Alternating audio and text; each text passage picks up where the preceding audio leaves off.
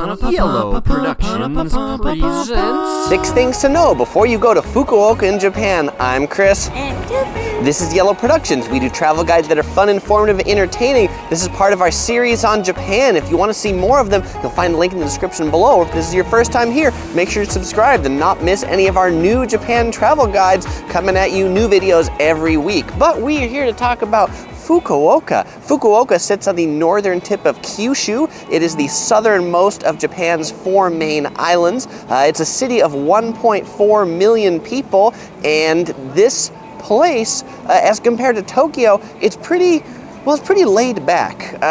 Tokyo's hustle and bustle. You can come to Fukuoka to enjoy a little bit more laid back Japan. Today's Fukuoka is a product of 2 cities. It's a product of Hakata and Fukuoka. Actually, we're in front of Hakata Station, and so this was one of the original central districts of Fukuoka. It is now the main train station. The other main train station is called Tenjin, but speaking of trains and transportation, let's head inside the train station. We'll talk about getting around Fukuoka for number 2. Okay, number 2, getting to Fukuoka. Let's talk about getting here. Chances are if you're coming to Fukuoka, you will be coming through Hakata Station. Most cities in Japan have a train station that's the name of the city. Tokyo Station, Kyoto Station.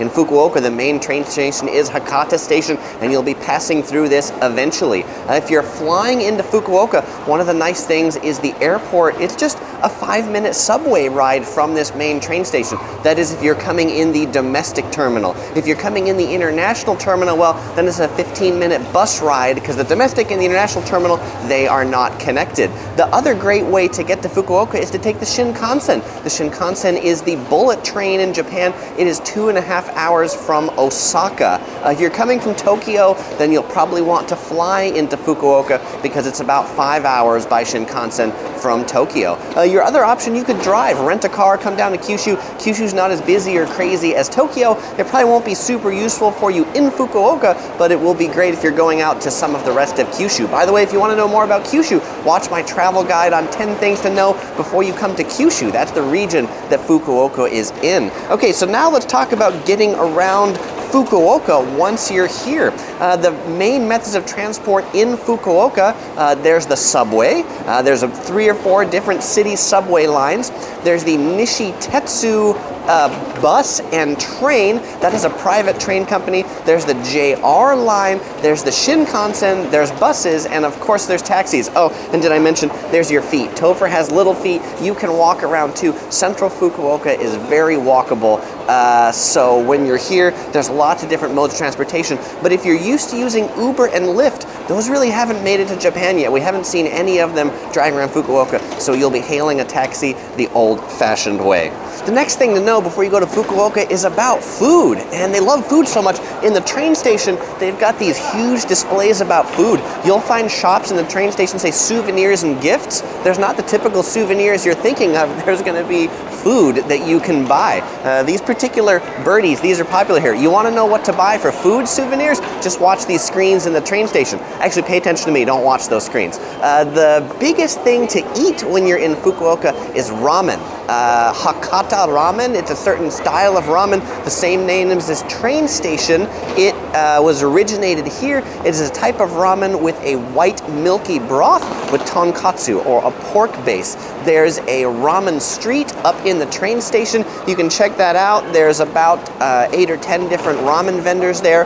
There's a ramen stadium at Canal City, and a couple of famous ramen chains in Japan were founded here, Ichiran and Ippudo, so make sure to check those out. I really enjoyed Ichiran while I was here. Some of the best ramen I think I've had anywhere, so make sure you eat the ramen here. The other interesting food thing in Fukuoka is the yatai, or the street side stalls. And every guidebook or travel guide you'll read about Fukuoka says to dine at one of these street side stalls. There's about 150 of them throughout the city. There's no more being set up because the city isn't allowing any of them anymore, but they're a bit of old classic Japan that you can check out if you're here sometime maybe warmer than we are. We're here in January. It's really cold. I don't know, I'd want to be sitting at one of those yatais at this time.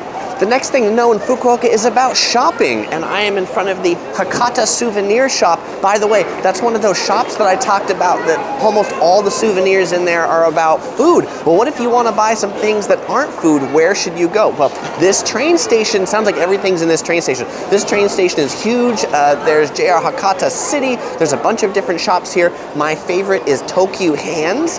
It is right at the front of the station. It's called the Creative Life Store. Everything you'd ever want for, Japanese goods. There's a really cool electronics store on the other side of the station called Yodobashi Camera. It's a Japanese national chain, but if you want the electronics, that's the place to go.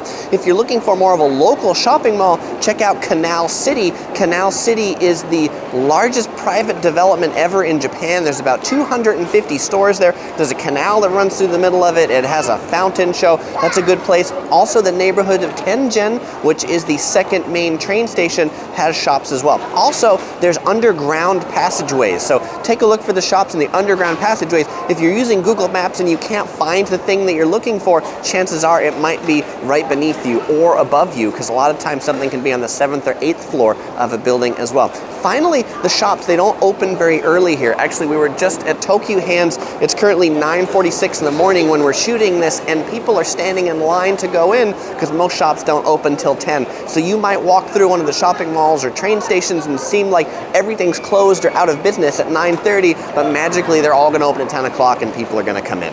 And the sixth thing to know before you go to Fukuoka is about shrines. There are two very major shrines and popular shrines in Fukuoka. The biggest one is the Daizaifu Tenmangu Shrine. It is to the god of literature or education. It's kind of a day trip from Fukuoka. It's about 45 minutes by bus. It is really worth checking out.